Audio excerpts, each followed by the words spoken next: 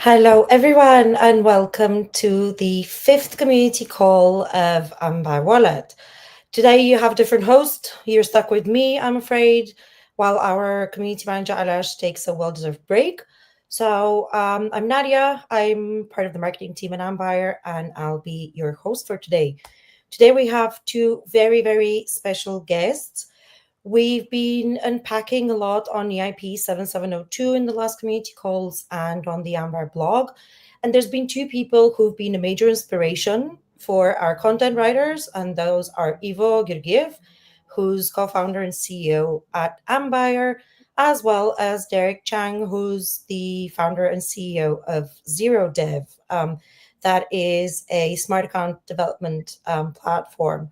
So that's why we thought we'll invite Derek to this community call to talk a little bit more about EIP 7702, about common misconceptions, about why people might still be skeptical about it, even though we believe there's a bunch of great things that smarter EOAs bring to the table. So yeah, that's how we're going to kick off our call today with some Q&A for Ivo and Derek.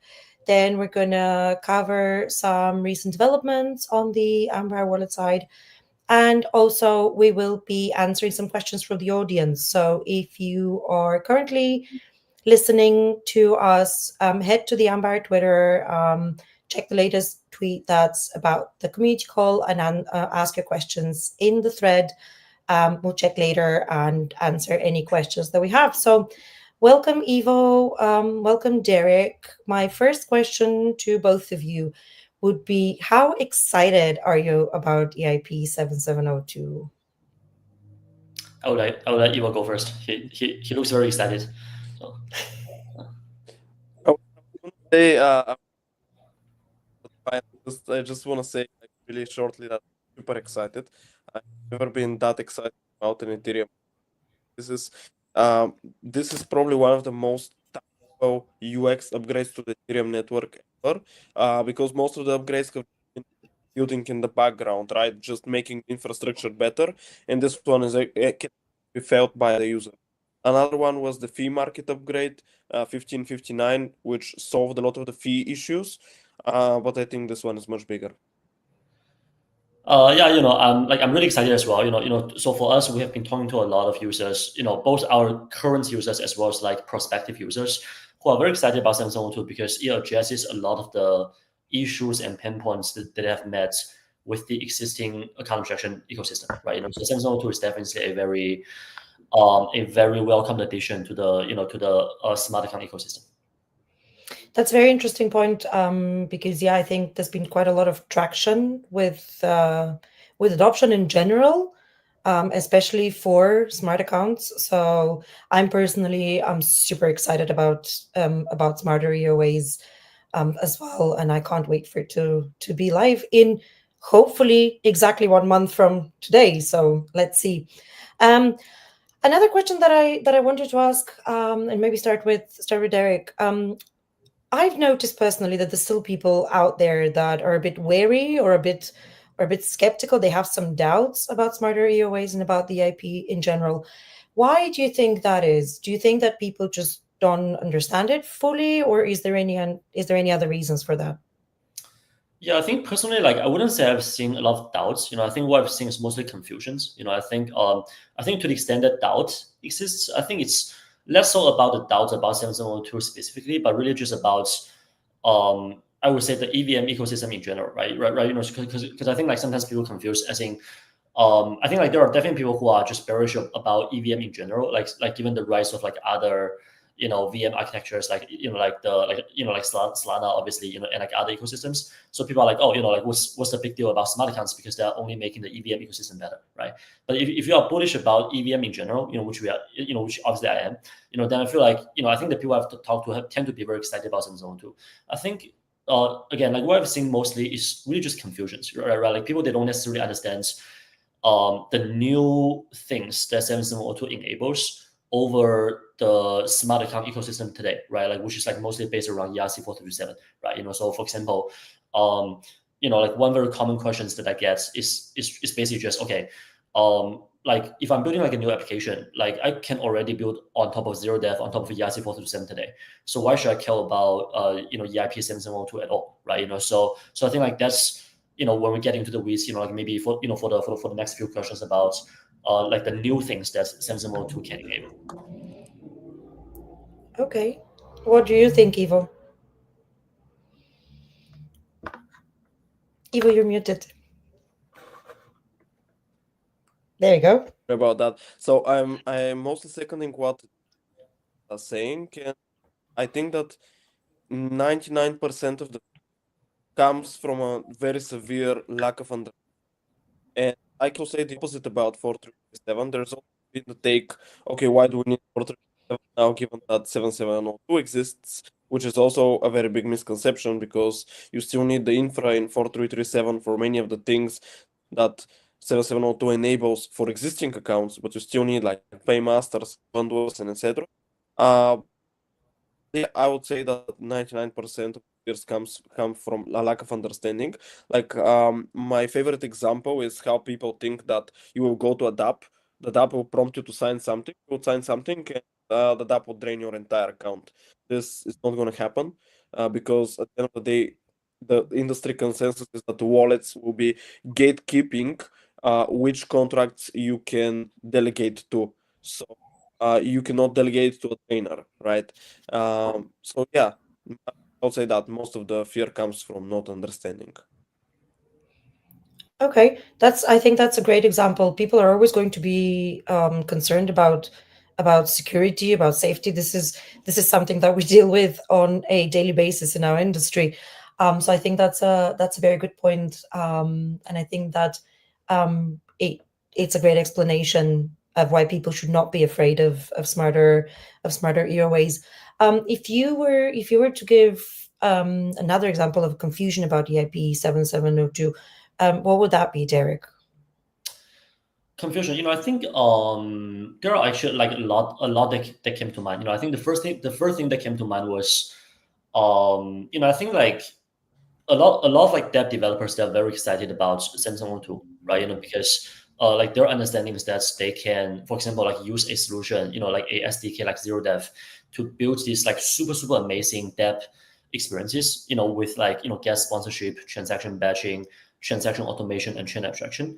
And they think that with Samsung 2, their users will be able to just connect whatever wallet that they have, right? Like whether it's like MetaMask and Coinbase, Uniswap wallets or whatnot, to their dev, and then just by using a solution like ZeroDev, they will be able to enable those super amazing smart account experiences for the users of those EOAs, right? So I think that like that's one thing that I always had to clarify, which is that actually that's not exactly how it works, because it's gonna depend on those wallets themselves supporting Samsung 2, right? So far we have gotten the positive confirmation that MetaMask will for sure support Samsung 2, but so far we have like seen no just like official confirmation or indication that like the other major wallets will do that as well, right? So I have to kind of like temper expectations for the dev developers. That's just the moment that Samsung 2 goes live, it's not like they will just be able to make the smart account experiences that I've built with ZeroDev work automatically across all the major wallets. It's gonna depend on the wallets themselves supporting Samsung 2, right? But of course, like personally, I'm very optimistic that given just like a very short amount of time, I think like all the major wallets will in fact support Samsung 2, just because now that the biggest wallet, MetaMask, has already officially committed to Samsung 2, I think competitive pressure will force the other major wallets to adopt very soon as well. So I do think that very soon we will see both the major wallets and the major dApps start bringing all these amazing smart account based experiences to the end users. That's fantastic. You mentioned wallets, and that's actually a very good bridge to my next question. How do you think EIP 7702 will actually influence the landscape? I mean, and so far it's been mostly, either EOA wallets or smart wallets. Ambire has been supporting both, obviously, for quite some time now. But how do you think that will impact the general wallet landscape? I think from like a very very high level, I would say that I think the most obvious change that will happen, I guess, Evo's internet got cut off. But I think the most obvious thing that will happen is that all the major wallets, like basically like all the wallets out there will become smart wallets, right? So like gone will be the world where like there was like a division between smart wallets and non-smart wallets. I think like all wallets, as I mentioned, due to competitive pressure, will become smart wallets. Um, so that's like the obvious thing, but I think like the more important question is like, what does that imply for the applications, right? Because I think like right now, the way that applications have leveraged smart wallets is very very limited, right? Because of a lack of smart wallets out there today in a world without 1702, most of like the most popular applications you are using today are still not leveraging smart wallets, right? Uh, the apps that do leverage smart wallets have to leverage smart wallets through embedded wallets, right? So because like there are like very very few standalone smart wallets. The small number of applications that have embraced smart wallets are those that are using smart wallets through embedded wallets, right? But once all the wallets become smart wallets, that will change because like the applications can now simply assume that whatever wallet that their user brings will likely be a smart wallet, right? So in practice, this implies that pretty much like all the applications they will see will start using the rapidly standardizing smart wallet APIs to essentially offer their users better experiences, whether it's like sponsored transactions, batch transactions, and whatnot. Yeah, so I really think that like ERP 712 will bring major changes not just to the wallet landscape but also to the application landscape. Fantastic, fantastic.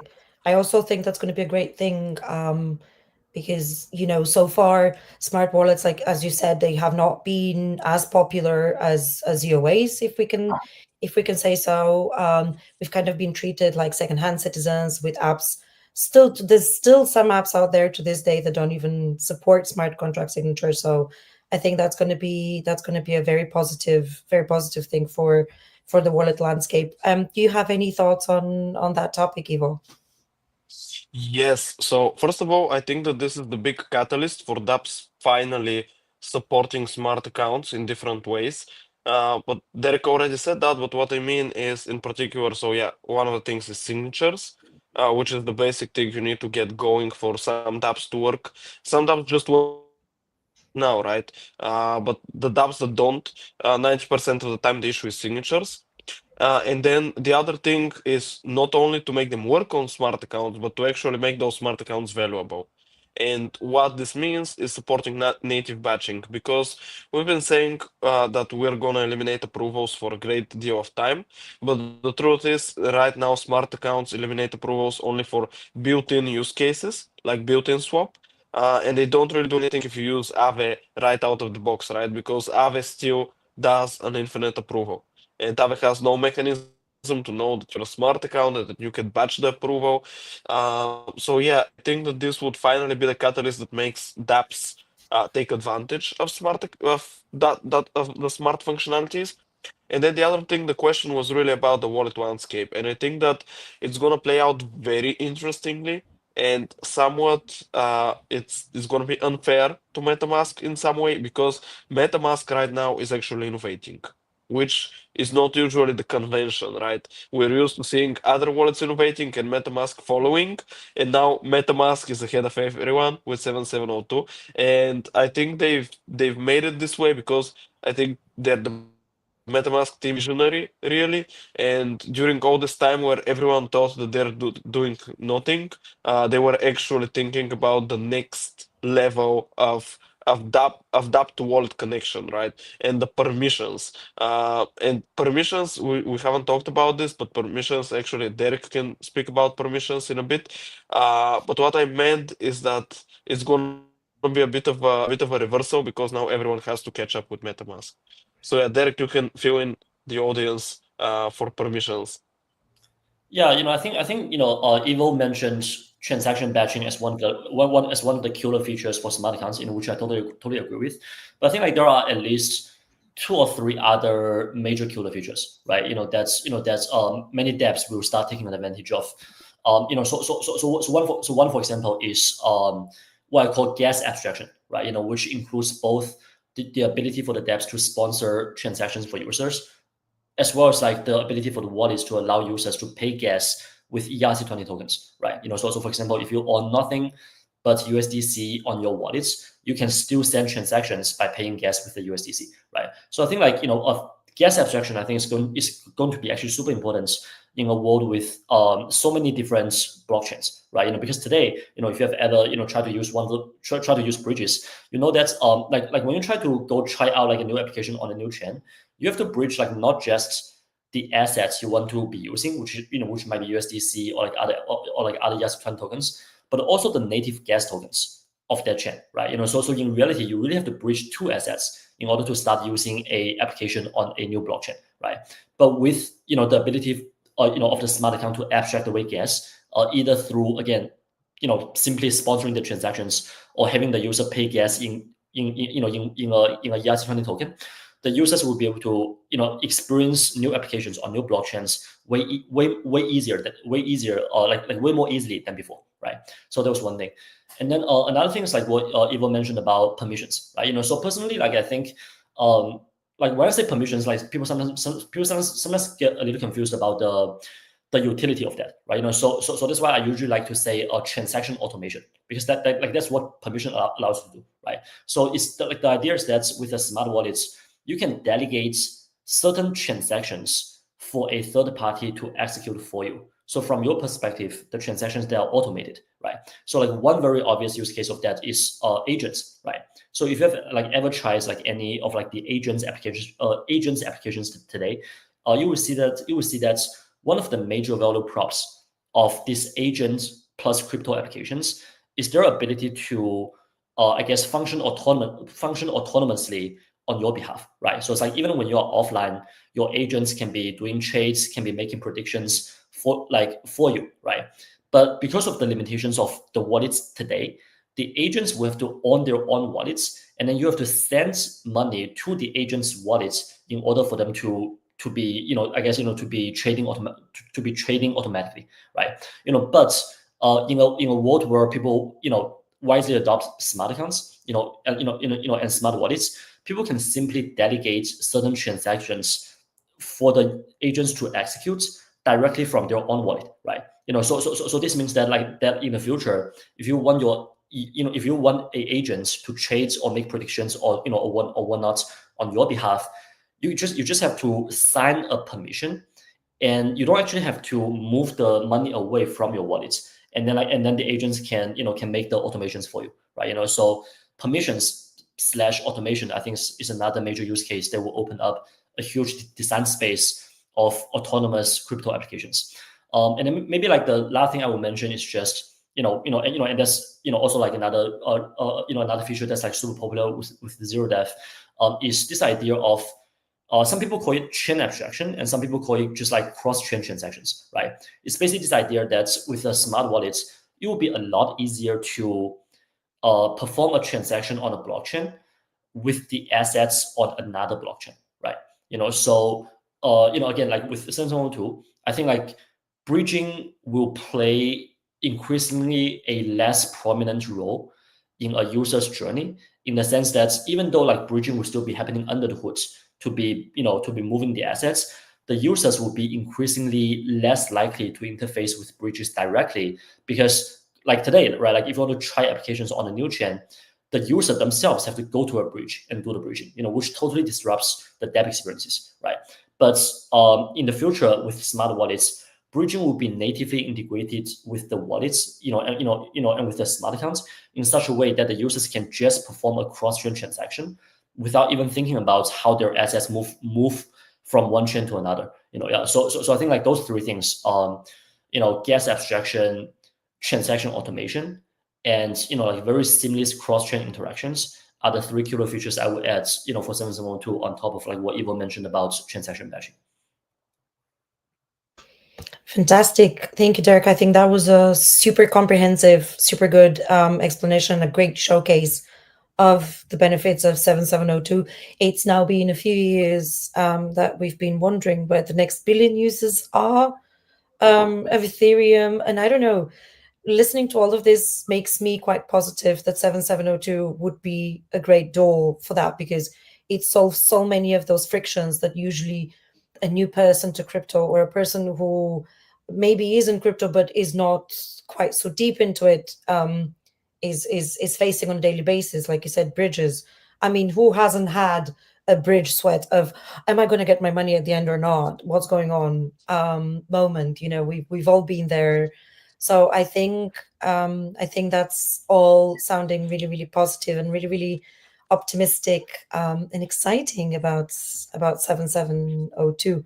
I did have one last By the question. way, Nadia, before Yes. the last question, I just want to add here, as excited as we are about 7702 and as important as it is, I think it's really important to not think of it as a silver bullet. Like it gives us all this ability, like it paves the path to solving all of these issues, but like we're building it like one brick at a time, right? And even though 7702 is a very big brick, it still has to be built like one piece at a time, because we had the same issue with 4337. Like people thought, okay, 4337 is live, now everything will be solved, and it couldn't be further from the truth, right?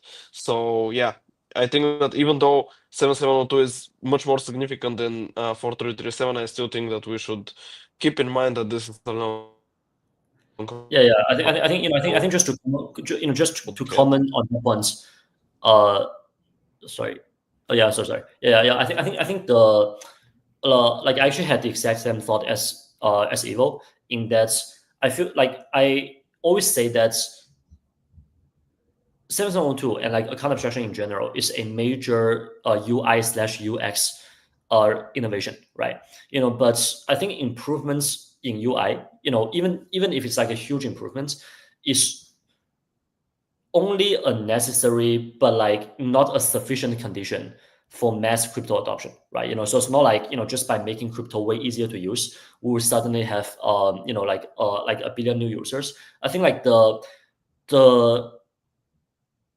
another necessary condition, I think is really more connections between the crypto worlds and the real world, right? So I think like the major enterprises, the nation states, like need to start like embracing crypto, both from a application as well as like from like a legislation perspective, for there to actually be major new inflows and major new tractions to crypto, right? And I think like major UX improvements such as like what we are working on here, will definitely make that I guess like the inflow like a lot easier to uh, just like a lot easier to happen than it would be otherwise. But I think that like it's yeah I think I just want to echo Ivo's point that's like that like UX is a great thing, but it's not itself a sufficient condition for a major breakthrough in crypto adoption. Thank you, Derek. So we kind of already answered my last question. It was going to be more about the kind of expected timeline of things, but you already kind of covered that already. That there will be peer pressure, so we will be seeing the readiness of the ecosystem become bigger and bigger as time progresses.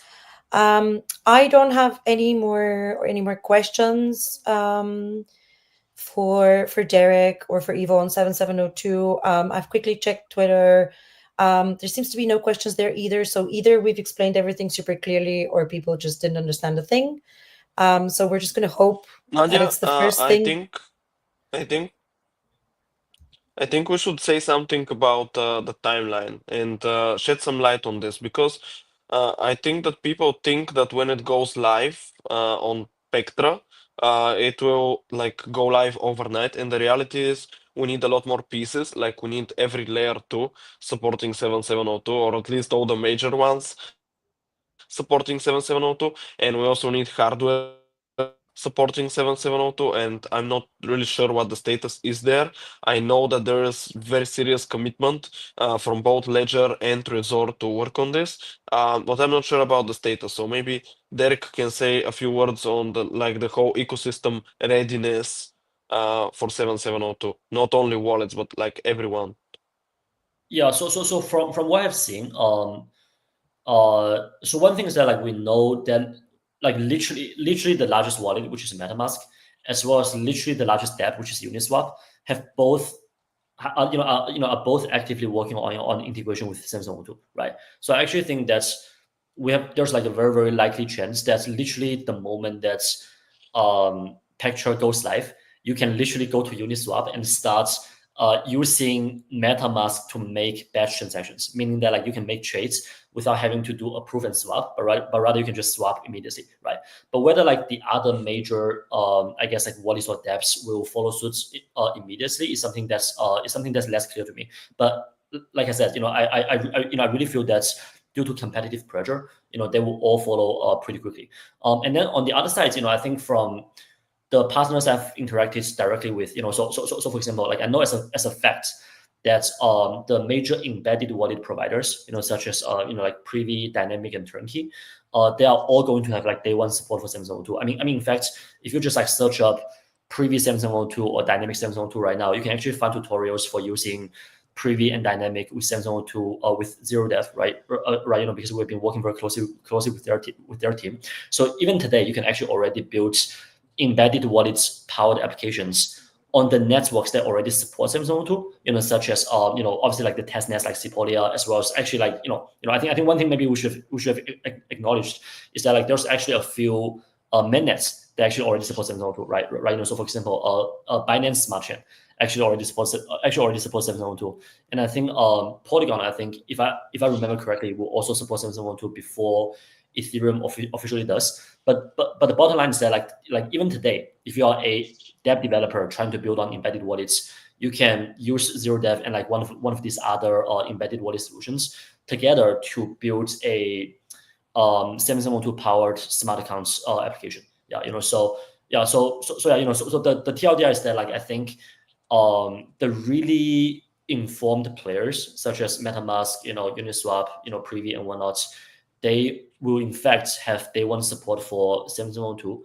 But whether like the other players will follow very quickly or not is less clear. But my personal prediction is that they will.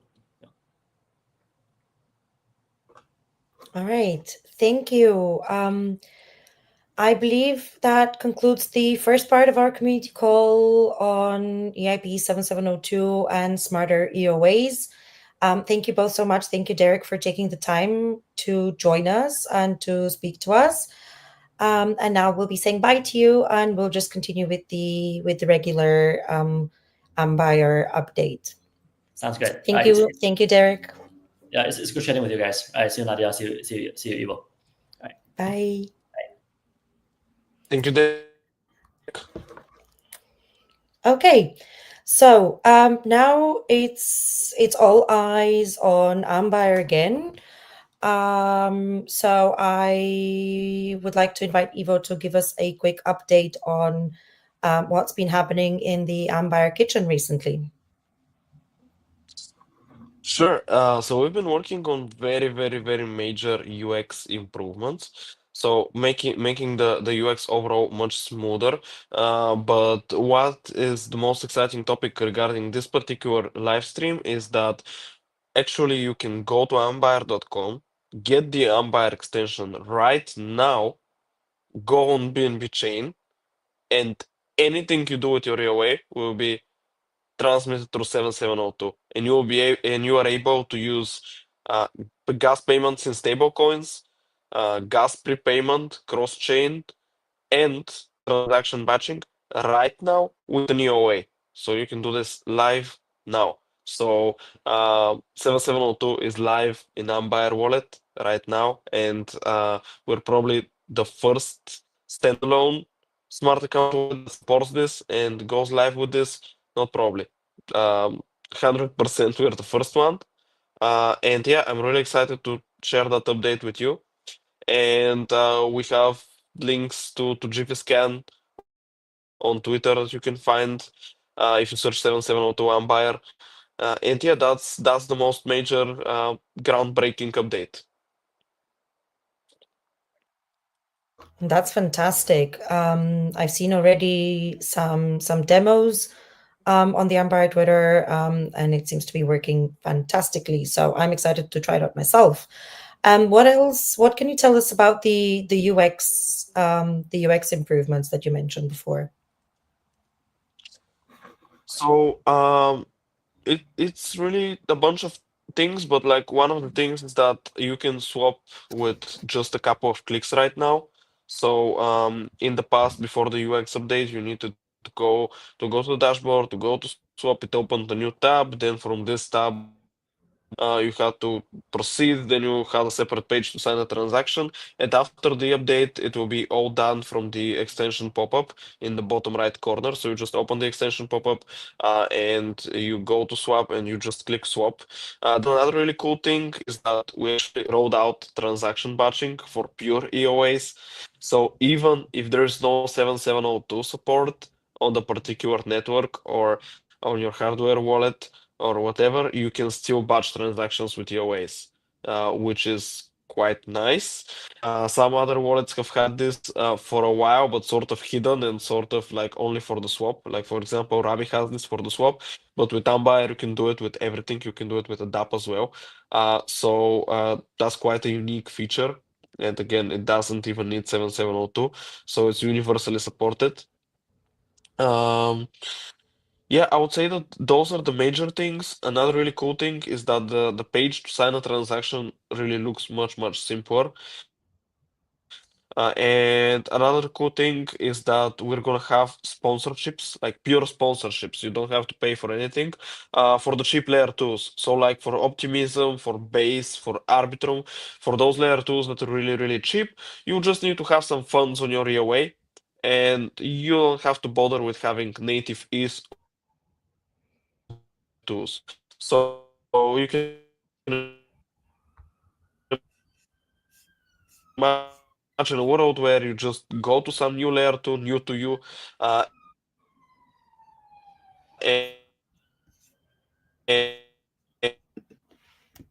and you don't have to do anything. Works out of the box. That all sounds really exciting. I think here it's important to mention that we have actually been doing extensive live user interviews in the couple of months. We've been gathering feedback from degens, educators in the space, marketers in the space. So trying to get a point of view from all sorts of backgrounds and use cases. And this is what has been actually the drive behind these UX improvements. So there's going to be more that's going to come to us. Can you also tell us what's been happening with Ambire Legends recently? Oh yeah, for sure. So that's another really cool and exciting thing. We've been quietly rolling out some new cards. Like for example, now if you spend over $20 in a single transaction in gas fees, you would get XP. That's kind of funny and sad at the same time, but also extremely nice. But the bigger update and more exciting one is that season one is gonna start with Pectra. So the moment 7702 goes live, this concludes season zero, which also means that rewards are gonna get distributed, so that's exciting. And we roll into season one. And in season one, you're gonna be able to play with a new way. So you won't have to create a new account just for Legends. You're gonna be able to use your existing account. Doesn't matter if it's on a hardware wallet or if it's just a hot wallet. Doesn't matter. You can use it on Legends and play with it. And another cool thing is that if you use 7702, you're gonna get like a very significantly more more XP and tokens eventually, but XP than if you're using a smart account. So we're kind of incentivizing people to use EOAs with season one. And another cool thing is that we're rolling out a brand new design, and it's not only like visual stuff, but it's also more usable. And it's moving a bit away from the game direction because the game direction, while it was nice, it was fun, it doesn't really convey the seriousness of Legends. And it's obviously very serious because that's how wallet rewards are distributed. So yeah, it has a gaming element to it. It has the Wheel of Fortune. It has the treasure chests. It will maybe even have mini games in the future. But rewards are obviously super serious, and you're getting rewards through Legends. So yeah, new design. Okay, I see that is we have a indeed. question from the community. Exactly. I was just about to wrap up on to wrap up on Legends. That's seriously exciting. I'm sure people will be gladly checking their money bags at the end of season 0 if they've been using smart accounts actively. So we now have a question from the community that I'd like to go back to. It kind of relates to 7702, but that is the main topic of today's call. So thank you, Crypto J, for asking the question. And Ivo, the question for you is, how does EIP 7702 enable EOAs to temporarily act as smart contract wallets without compromising backward compatibility or security? Okay, so that's excellent question. And first of all, there is a little bit of a thing that I'd like to correct in the question itself. Because 7702 changed from its initial version, and the initial version made EOAs temporarily act as smart accounts. But now EOAs permanently gain code. And we're not using the term they become smart accounts because they don't actually become smart accounts, but they have contract code. They don't become smart accounts because they still have a private key. So sort of in the super state, we call it a smarter EOA, where it's still an EOA. It still has one single central root master private key, but at the same time, it has contract code permanently, not temporarily. Permanently until you disable it. But this doesn't compromise security, first of all. Why doesn't compromise security? Because 7702 is kind of gonna be very, not in a bad way, it's gonna be very gate kept. So there's going to be a lot of gatekeeping in terms of implementation, and the delegated code that you're delegating to is not gonna behave like a DeFi protocol. So it's not gonna do some external things, some automated things by itself, and etc. It's just very simple logic where if you authorize a certain action with your private key, then this action is authorized. So very simple logic. So it doesn't compromise security, right? So it's the way you can think about it is that some logic, but it's burned into the Ethereum blockchain, burned into the EVM, burned into every layer too. And this logic is if you sign something with your private key, then we allow execution. And the way you can think of this contract code that you're putting on your EOA is like a slightly more sophisticated version of this logic, right? If you sign something with your private key, then this something should be executed. It's still this same core logic. That's not changing, and it's not like you're delegating to 10,000 lines of Solidity code, which no matter how many audits it has, it's still gonna have some bugs. It's not like that. You're delegating to very, very simple contracts that have very, very, very simple logic, so it doesn't compromise security. And then the second point, why it doesn't compromise backward compatibility, it's because if a dApp doesn't support my own signature verification, it can still correctly verify a traditional EOA signature. So nothing in 7702 changes compatibility. It's only an add-on. So it's only a value add. If the dApp supports 5792, which is the EIP which allows dApps to talk to wallets in a slightly more sophisticated way, if the dApp supports this, then you can do batching. If it doesn't, everything works as usual because the account is still on EOA. So you can think of 7702 as something that makes an account both an EOA and a smart account simultaneously. But this trait in itself makes it not a real smart account because you cannot, for example, make it a multisig. It cannot be a multisig because you always have the root key. So yeah, it's a smart account and an EOA at the same time, but this means that it cannot be a real smart account, so to speak. But 7702 is not for that. 7702 is for supercharging your existing accounts. It doesn't replace the need for real smart accounts in the future. But yeah, that's my answer over my security or backward compatibility. Okay, thank you, Ivo. I hope we've answered your question, CryptoJ. If there's still anything unclear or you have any additional questions, either shoot them on our Twitter or our communities on Telegram or Discord. And Ivo and the rest of the team will be more than happy to answer. Is there anything else you want to add, Ivo, or should we just give Yeah, people some alpha before we go?